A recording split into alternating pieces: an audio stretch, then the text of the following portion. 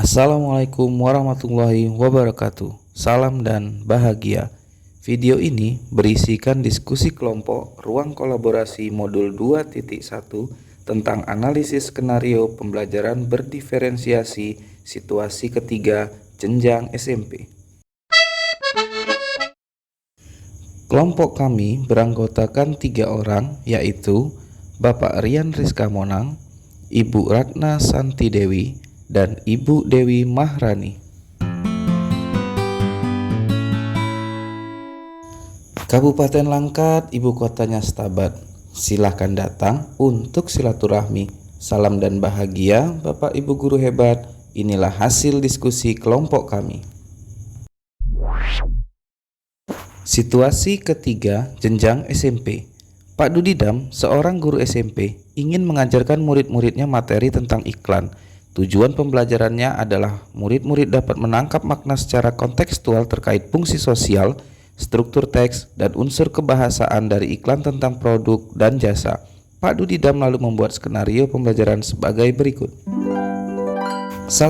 Diskusi seluruh kelas di awal pembelajaran. Pak Dudidam melakukan diskusi untuk memperkenalkan murid pada topik tentang iklan dengan menggunakan beberapa pertanyaan pemandu seperti: apa yang membedakan antara iklan dengan bentuk tulisan lain? Iklan apa yang benar-benar menarik untuk kalian? Apakah dibutuhkan biaya untuk membuat sebuah iklan? 2. Kerja individu, pasangan, kelompok kecil. Setelah itu, Pak Dudidam meminta murid melakukan kegiatan tulis berbagi dengan pasangan, berbagi dengan pasangan lain. Secara individu, murid akan diminta menulis 3 hingga 5 iklan yang menarik bagi mereka. Mereka lalu berbagi apa yang dituliskan dengan satu teman lain secara berpasangan. Saat berbagi, mereka boleh menambahkan pendapat. Setiap pasangan kemudian berbagi dengan pasangan lain. Setelah itu, Pak Dudidam melakukan diskusi dengan seluruh kelas. Ia akan menggunakan daftar iklan yang ditulis oleh masing-masing kelompok sebagai contoh, kemudian membahasnya dengan menekankan pada target audiens sasaran, pesan utama, mengapa beberapa iklan lebih efektif daripada yang lain. Pak Dudidam lalu memperjelas konsep dan istilah periklanan sesuai kebutuhan. 3. Kerja kelompok kecil. Murid akan diminta untuk membentuk kelompok yang terdiri dari 4-5 orang untuk mendiskusikan kelebihan dan kekurangan berbagai jenis iklan. Setiap kelompok akan diberikan selembar kertas dan bekerja di meja mereka. Setiap lembar kertas grafik memiliki T-chart untuk menuliskan kelebihan dan kekurangan untuk jenis iklan tertentu, misalnya radio, TV, internet, cetak, billboard. Setiap kelompok akan melakukan brainstorming dan mencatat 2 kelebihan dan 2 kekurangan dari jenis iklan tertentu. Dengan menggunakan isyarat yang diberikan guru, setiap kelompok kemudian pindah ke meja kelompok lain. Mereka membaca masukan yang telah ditulis sebelumnya dan menambahkan 2 kelebihan dan kekurangan lagi. Terus berlanjut demikian sampai setiap kelompok memiliki kesempatan untuk membahas semua jenis iklan. Yang keempat, Pak Dudidam lalu mengumpulkan kembali murid sebagai satu kelompok besar. Ia lalu memfasilitasi diskusi yang diperlukan untuk memperjelas dan atau memperluas pemahaman konsep seperti target audiens, kejelasan pesan, dan penggunaan fitur kebahasaan dan desain seperti pemilihan judul, teks, gambar, dan format. 5. Pak Dudidam lalu memberikan tugas individu. Ia membedakan penugasannya sesuai dengan kemampuan murid. Tugas yang harus dikerjakan adalah membuat iklan yang secara efektif akan mempromosikan produk atau jasa atau acara. Yang keenam, Pak Dudidam menetapkan skenario tugas yang berjenjang sesuai dengan pengetahuan dan pemahaman konsep murid-muridnya. Skenario 1 bersifat lebih konkret dan terstruktur dengan petunjuk langkah demi langkah dan mencakup semua informasi yang diperlukan. Skenario 2 kurang terstruktur dan lebih terbuka dibanding skenario 1. Dan skenario 3 bersifat konseptual dan terbuka dan membutuhkan riset.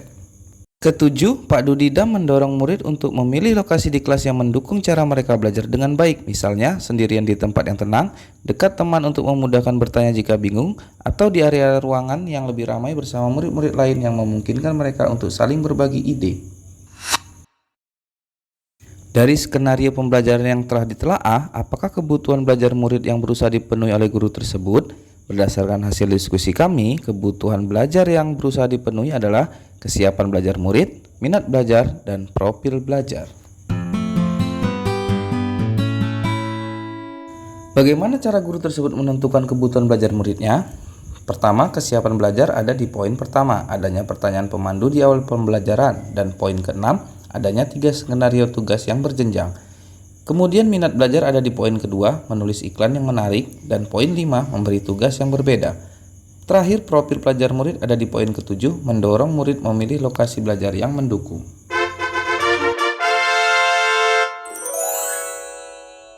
Strategi pembelajaran berdiferensiasi apa yang digunakan? Yang pertama ada diferensiasi konten. Pak Dudida menyediakan bermacam jenis iklan. Yang kedua, diferensiasi proses. Pak Dudida melakukan pembelajaran yang bervariasi seperti kerja individu atau berpasangan, kelompok kecil besar, dan tugas individu atau berjenjang. Diferensiasi produknya memberikan tugas individu sesuai kemampuan murid dan memberikan 3 skenario tugas berjenjang sesuai kemampuan murid. Bagaimana guru tersebut melakukan penilaian? Ada 2 penilaian yang dilakukan. Yang pertama, penilaian individu dengan membedakan penugasan sesuai dengan kemampuan murid. Yang kedua, penilaian secara berjenjang sesuai dengan pengetahuan dan pemahaman konsep murid atau tier assessment. Demikianlah hasil diskusi ini kami sampaikan. Sekian dan terima kasih. Salam guru penggerak. Assalamualaikum warahmatullahi wabarakatuh.